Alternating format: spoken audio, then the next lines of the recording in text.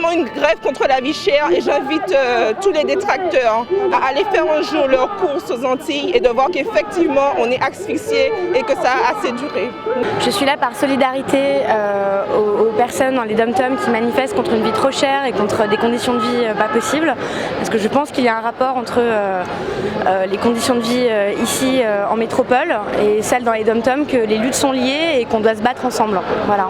Ce qu'on revendique, on y a droit. On ne demande pas la mer à boire. Actuellement, il y a 12 de nos compatriotes qui sont en prison. Que nous, on ne va pas se laisser faire et on va pas mettre les genoux par terre.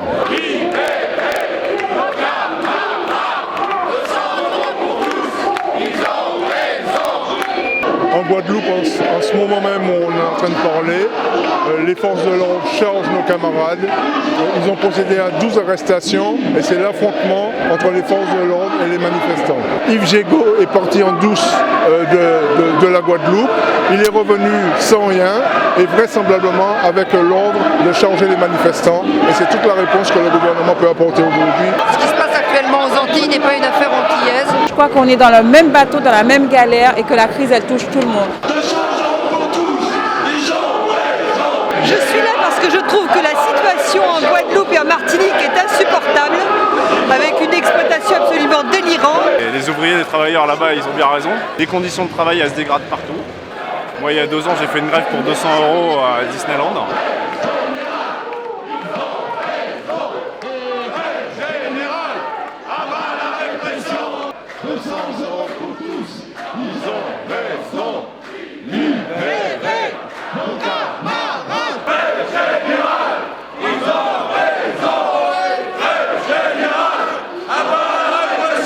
Je serai là dans la rue, partout où je pourrai défendre les libertés syndicales et le droit de s'exprimer pour améliorer ses conditions de travail et ses conditions de vie.